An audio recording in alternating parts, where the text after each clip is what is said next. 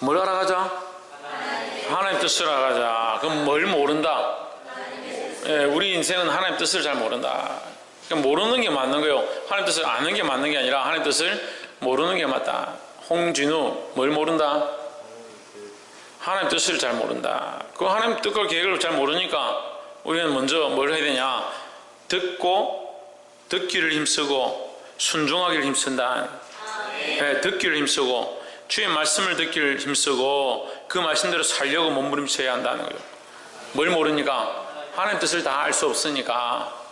근데 우리는 자꾸 어떤 생각을 하냐? 다 알아야, 다 깨달아져야 그 다음에 순종하지, 그 다음에 행하지, 이렇게 생각하는 거예요. 이것이 우리의 믿음의 모양이 아니다라는 거예요. 믿음은 몰라도 그 말씀을 아멘으로 받고 그 말씀대로 살려고 하는 것이 우리에게 필요하다는 겁니다. 어제도 이제 에스더 말씀을 시작했는데, 에스더 말씀은 이거 하나님이란 말씀이 거의 나오지 않는 문장으로 되어 있는, 소설처럼 되어 있는 문장입니다. 그 문장의 말씀인데, 이 말씀 속에 뭐가 있느냐? 하나님이 표현되어 있지 않고 하나님이란 단어들이 나와 있지 않지만 그 속에 하나님이 역사하고 일하고 계시고 하나님 뜻과 계획과 섭리를 볼 수 있는 가장 귀한 말씀 중에 하나다라는 거예요. 그러면 이 에스더는 누구에 대해서 얘기하느냐? 우리의 삶에 대해서 얘기하는 거예요. 우리도 또한 에스더처럼 살아야 될 것을 얘기하는 겁니다.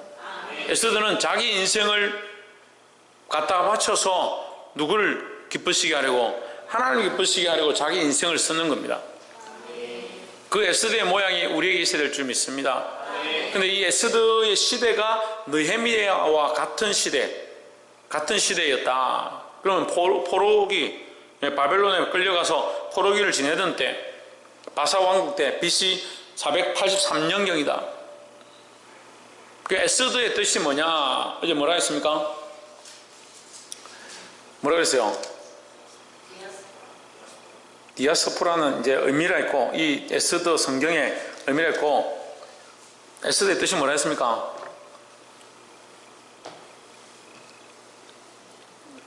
어제 안 왔어요? 박성현, 에스더의 뜻이 뭐라고 했습니까? 박이사, 박건도, 홍진우, 무슨 나무라 했죠? 무슨 나무로 했잖아요. 도로 시작하는데 했죠. 도금냥 나무래. 도금냥.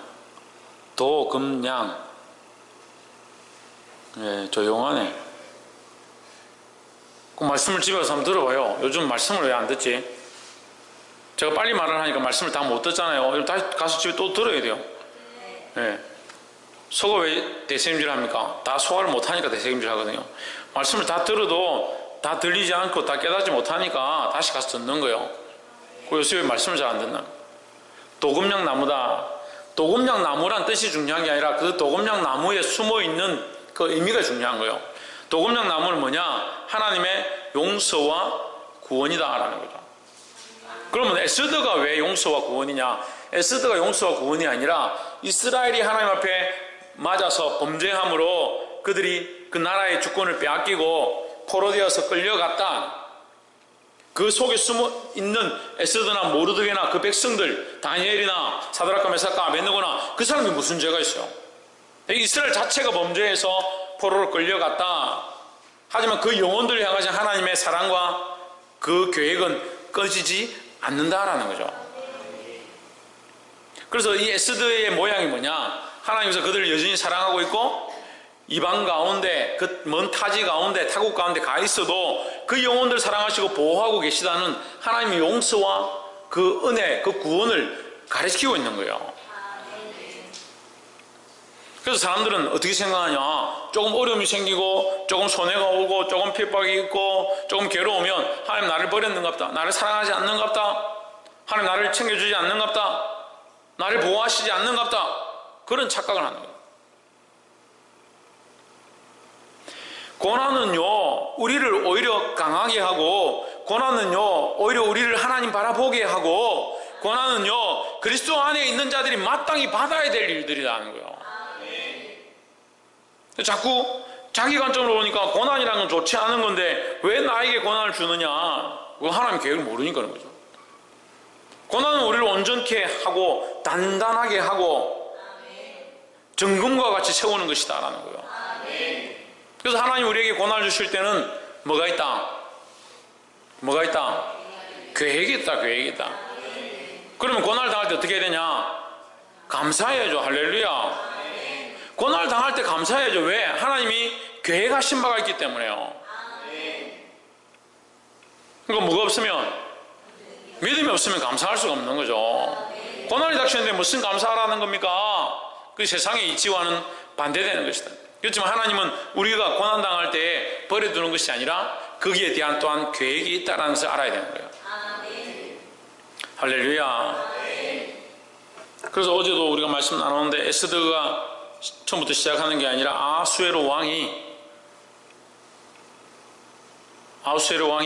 왕위에 있을 때에 잔치를 벌이고 각도에 있는 관리들을 다 모아서 큰 잔치를 벌였다. 잔치가 다 끝나고 나서 또 일주일 동안 그 도에 있는 사람들만, 수산궁에 있는 사람들만 모아서 백성들과 함께 일주일 동안 잔치를 벌이고 있는데 마지막 날 왕후를 나와서 너무 기쁘고 좋으니까 백성들 앞에 인사를 해라 왕후를 불렀는데 왕후가 자기도 관리들 여자들하고 같이 부녀들하고 모여서 논다고 콧방귀도 안 끼고 안 간다고 그래. 그 왕이 어떻게 했냐? 폐위시켜버렸대. 쫓아내버렸대. 그 에스더 1장에 뭐 하나님 얘기도 없고 이스라엘 얘기도 없고 그냥 왕이 왕후를 쫓아내버렸다. 그 얘기밖에 없는 거예요. 잔치를 벌였는데 왕후를 쫓아냈다. 그게 무슨 그게 성경이냐? 에스더서 성경을 말하면서 에스더 말씀을 전하면서 거기에 뭐 왕후를 쫓아냈다. 그게 뭔 성경이냐? 그런데 그것은 뭐요? 하나님께서 계획하신 바가 있다는 거죠. 그래서 이 1장과 2장이 연결되는데 2장에서 그 왕후, 빈 그 왕후의 자리를 다시 채우기 위하여 왕후를 뽑는 겁니다. 그 왕후를 뽑는 일이 우리가 뭐 왕후 뽑는 일이 대단하냐? 그 왕후를 뽑는 일이 이후에 이스라엘이 유대인들이 죽임을 당해야 될 그때에 이 에스더로 말미암아 왕후로 세워진 에스더로 말미암아 하나님께서 그들을 살게 하시는 그 계획을 세우시는 거예요. 3절에 전국 각도의 관리를 명하여 아리따운 처녀를 다 도성수산으로 모아 후궁으로 들여 궁녀를 주관하는 대시에 회개의 손에 맡겨 그 몸을 정결케 하게 하는 물품을 주게 하시고, 이제 그 내관들이 왕후가 없으니까 왕후를 뽑읍시다. 전국에서 왕후를 뽑읍시다. 뽑아가지고 그 처녀들을 모아가지고 몸을 정결케 하고 왕이 보고 거기서 아름다운 자를 뽑읍시다. 이 4절에 왕의 아름다운 처녀로 와스들을 대신하여 왕으로 삼으소서 하니 왕이 그 말을 좋게 여겨 그대로 행하니라 했습니다.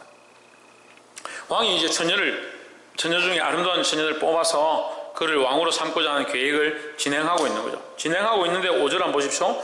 도성수산에 한 유다인이 있으니 했습니다. 지금 처녀를 뽑는 것과 도성수산에 수산이라는 그 수도에 이 성에 왕이 있는 이 성에 유다인 모르드게가 있는 거 뭔 상관이 있습니까? 아무 관계가 없죠. 이야기에 연결도 되지 않고 앞뒤도 맞지 않습니다. 하지만 이 말씀을 하나님께서 이 말씀을 여기에 기록하고 있는 것은 결국 하나님께서 이 모르드게를 향한 계획을 가지고 있다라는 거죠. 모르드게라는 그는 베냐민 자손이니 기스의 증손이요 시므이의 손자요 야일의 아들이라. 6절에 전에 바벨론 왕 느부갓네살이 예루살렘에서 유다 왕 여고냐와 백성을 사로잡아 갈 때에 모르드게도 함께 뭐 했더라? 사로잡혔더라. 그럼 모르드게는 뭐 한 거예요? 잘 살고 있었는데 괜히 포로되고 잡혀가지고 지금 끌려온 거예요. 여기까지 바벨론까지 이 수산성까지 끌려와가지고 지금 여기서 안 그래도 억울하게 살고 있는데 그런 얘기죠. 모르드게는 끌려와서 여기 포로로 잡혀와 있지만 이 모르드게 끌려옴이 모르드게 입장에서는 비참하고 난처하고 곤란한 상황이지만 그의 그 곤란한 상황이 그 모르드게와 그의 조카 에스더가 함께 와 있으므로 그들로 말미암은 유다인의 구원이 이루어진다라는 거죠. 그래서 우리는 그런 난처한 상황과 곤란한 상황과 우리가 원치 않았던 상황이 생기기만 하면 눈물 뚝뚝 흘리고 하나님 왜 나한테 이렇게 하십니까? 내가 신앙생활 똑바로 안 했습니까? 내가 헌금을 안 했습니까? 그럼 반대로 물어봅시다. 하나님께서 여러분 못 살게 했습니까? 죽으라고 했습니까? 숨을 못 쉬게 했습니까? 조금만 힘들면 하나님 원망하고 어떻게 해야 됩니까? 못 살겠다고. 이 고난과 환난과 핍박에 있는 이 모양들은 결국 하나님의 계획 안에 있다라는 거예요.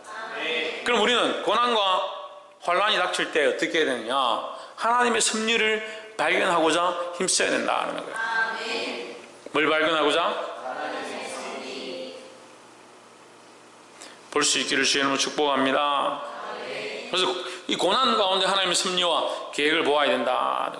7절에 제 삼촌의 딸 하다사 곧 에스더는 이 하다사라는 이제 이름이죠. 하다사. 이 하다사가 무슨 뜻이냐? 도금냥 나무입니다. 도금냥 나무는 뭘 의미하느냐? 하나님의 용서와 구원을 의미한다. 에스더는 부모가 없고 용모가 곱고 아리따운 처녀라. 그 부모가 죽은 후에 모르드게가 자기 딸같이 양육하더라 했습니다.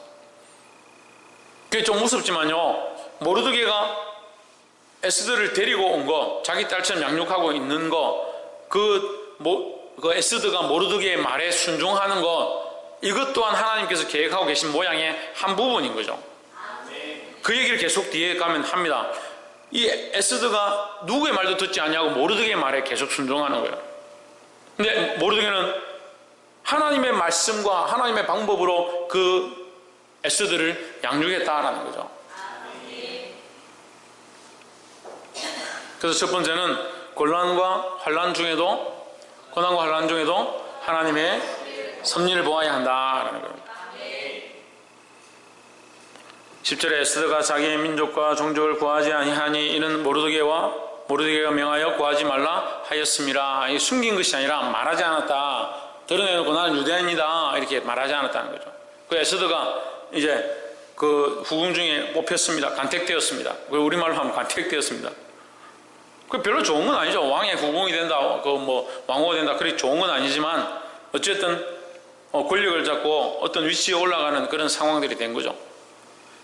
12절 처녀마다 차례대로 아하수에로 왕에게 나아가기 전에 여자에 대하여 정한 규례대로 12달 동안을 행하되 12달 동안 자기를 씻고 관리하는 그런 모양을 취한다.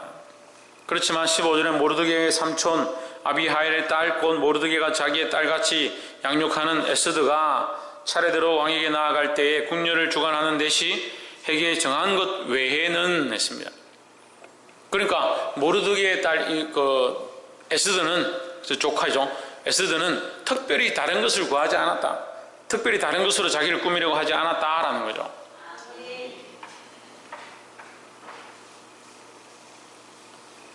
정한 것 외에는 다른 것을 구하지 아니하였으나 모든 보는 자에게 어떻게? 사랑을 받더라. 사랑을 받게 하신 이가 누굽니까? 하나님이시다는 거죠. 그 에스더의 그런 외모와 그의 모습 또한 하나님의 은혜로 되어진 것이다 라는 거죠. 16절에 아하수에로 왕의 7년 10월 곧 데베돌의 에스더가 이끌려 왕궁에 들어가서 왕의 앞에 나아가니 17절 왕이 모든 여자보다 에스더를 더욱 사랑하므로 저가 모든 처녀보다 왕의 앞에 더욱 은총을 얻은지라. 왕이 그 머리에 면류관을 씌우고 와스디를 대신하여 왕후를 삼은 후에 했습니다. 결국 에스더를 뭐로 삼았습니까? 왕후로 삼았다. 그 왕후로 삼게 되어진 이것도 존귀케 하시는 하나님의 계획 안에 있다라는 거죠.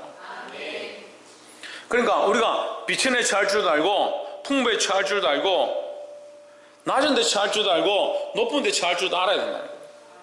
낮은 데 처해도 원망과 불평하지 말고 높은 데 처하고 존귀한 자리에 선다 하더라도 교만하지 말아야 된다는 거죠. 이 높은 데 있게 하신, 이 자리에 있게 하신 이가 누구냐? 하나님이라는 거죠. 그를 왕으로 삼으신 그 자리가 하나님의 계획 안에 있다라는 겁니다. 그래서 우리가 고난과 환난 가운데도 하나님의 섭리와 계획을 보아야 하고, 풍부와 부유한 중에도 존귀한 중에도 하나님의 계획을 보아야 한다라는 겁니다. 그래서 이 에스더를 왕으로 삼게 하신 것, 그 자리에 서게 하신 것도 하나님의 역사와 섭리 안에 있다라는 겁니다.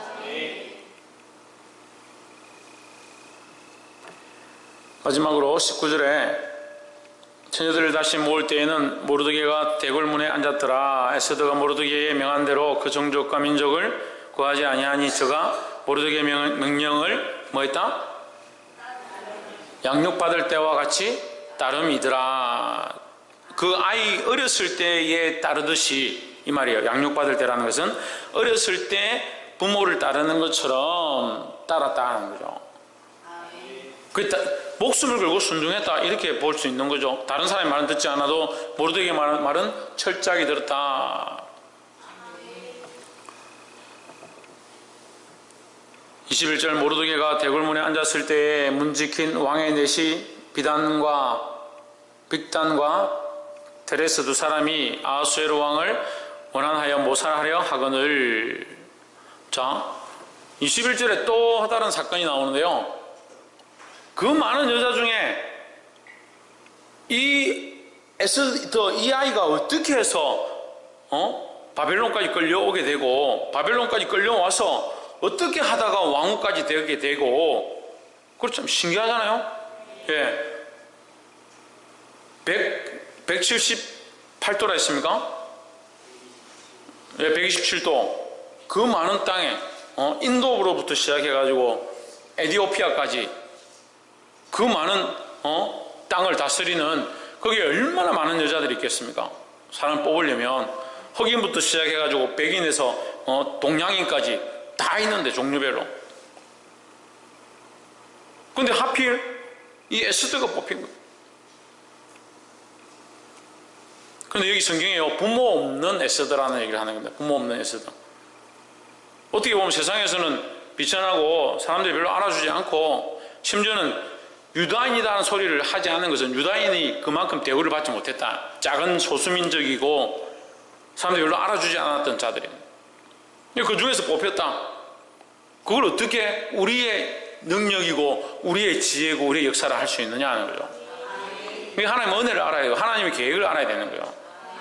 결국 에스더가 끌려온 것도 뭡니까? 과거입니다. 과거의 일, 고난과 어려움 가운데 자기도 모르게 끌려왔던 이 일, 또한 지금 뽑혀서 왕으로 세워진 현재의 일 사실, 이것도 하나님의 계획이고, 과거에 그가 고난 가운데 어려움 가운데 끌려왔던 것도 하나님의 계획이고, 지금 21절에 모르드게가 대궐문에 앉았을 때 문을 지키던 왕의 넷이 빅단과 데레스 두 사람이 원한을 품고 아하수에로 왕을 암살하는 음모를 꾸미는 것을 22절 모르드게가 알고 왕후 에스더에게 고하니 에스더가 모르드게의 이름으로 왕에게 고한지라 했습니다. 하필 그 많은 사람들 중에 이 사람들이 계획을 잡아가지고 왕을 독살해야겠다, 죽여야겠다, 문 지키는, 그러니까 왕의 그 궁전의 문을 지키는 사람, 왕이 지금 침소에 잘 때에 문 앞에 서 있는 사람이죠. 왕 잘 때 문 열고 들어가서 죽이면 되니까. 그만큼 왕하고 친밀한 사람들인데, 그 사람들이 서로 모의해가지고 왕을 죽이려고 하는 그 얘기를 하필 모르드게가 듣냐고요. 하필 그 수많은 사람들이 왜 모르드게가 듣습니까? 정말 희한한 우연이죠. 그 성경에는 우연이 있다 없다? 없다는 거죠. 룻이 우연히 이삭을 줍다가 어디까지 갔다? 이삭을 줍다가 우연히 어디까지 갔다? 보아스의 밭에 이르러서. 성경에는 우연이 없는 거예요. 글자가 우연인 거지. 그가 이 이삭을 줍다가 우연히 보아스의 밭에 이른 것은 보아스와 룻을 만나게 하신 하나님의 섭리와 계획이 있다라는 거죠. 그래서 룻이 예수 그리스도의 조상이 되는 거예요. 예수님의 조상이 되는 거죠. 그걸 우연이 아니고 철저한 계획과 자기가 가려고 거기 자로 재가지고 이쪽 방향으로 내가 이 색을 주고 가면 그렇지 않지 않습니까? 우리는 이 앞길을 못 보는 거예요. 근데 하나님은 그 일 가운데 일하고 계획하시고 섭리하고 있다는 거죠. 모르드게가 아무 상관이 없는, 알지도 못하는 이 빅단과 데레스가 음모를 꾸미는 이 상황을 그거 듣게 되었다는 거예요. 그것을 고했다는 거죠. 고할 때 하필 에스더가 왕으로 있었다는 거죠. 그래서 이 모르드게가 결국 이 사건으로 말미암아 23절에 조사하여 실증, 이제 증거를 얻었다. 실제의 증거를 얻고 나니까 조사해 보니까 증거가 있더라는 거죠. 그래서 두 사람을 나무에 달고 죽였다는 거예요. 그 일을 왕 앞에서 궁중일기에 기록하니라. 이거 하필 그냥 거기서 상주면 끝나잖아요. 예? 거기서 잡았으니까 니 잘했다 모르게, 너 대단하구나, 니 직책을 한 칸 올려줄게, 뭐 1계급 특진 해줄게, 이래가 뭐 상 주고 금 한 달란트 주고 이제 끝내면 되잖아요. 그건 어떻게 합니까? 궁중일기에 기록해둔 거예요.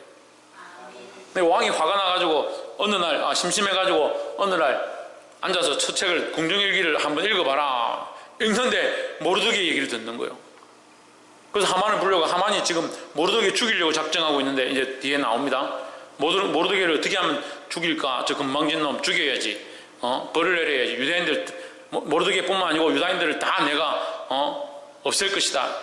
한날에 없앨 것이다. 이렇게 하고 있는데 왕이 서책을 궁중일기에서 꺼내가지고 읽어봐라 하고, 거기에 뭐 모르드게라는 사람이 빅단과 데레스의 음모를 알고 그걸 고해서 잡아서 죽인, 그래서 이 왕이 죽임을 받지 않은 그 사실을 들은 거예요. 왕이 그런 얘기했는데 그 사람 무슨 상을 받았냐?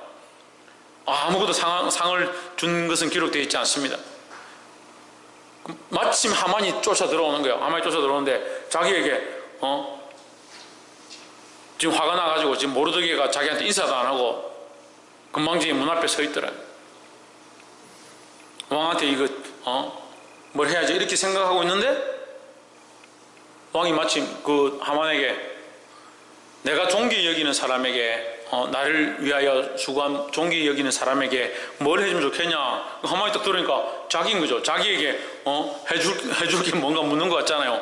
그러니까 무슨 왕이 타시는 나귀에 태워서 왕이 옷을 입히고 왕의 호를 들고, 영광의 호를 들고 이 궁을 한 바퀴 돌면서 왕이 존귀 여기는 자는 이렇게 할 것이니라 앞에서 사람이 외치면서, 이 장원급제 하면 앞에서 어이 물러거라, 어이 물러거라, 장원급제로다 이렇게 하는 것처럼 그렇게 해가지고 한 성을 돌아라는 거예요. 지금 모르드게 죽이려고 작정했는데, 물론 이제 뒤에 얘기를 다 들으면 이게 참 은혜가 되고 힘이 되는데 지금 이 장만 다 가지고 얘기를 하니까, 근데 그 계획이 여기서 진행되고 있다라는 거죠. 그게 누구의 계획입니까? 하나님의 계획. 우리는 앞을 볼 수 없잖아요. 모르드게가 이게 그렇게 될 줄 알았어요? 하만이 자기를 죽이려고 할 줄 알았어요?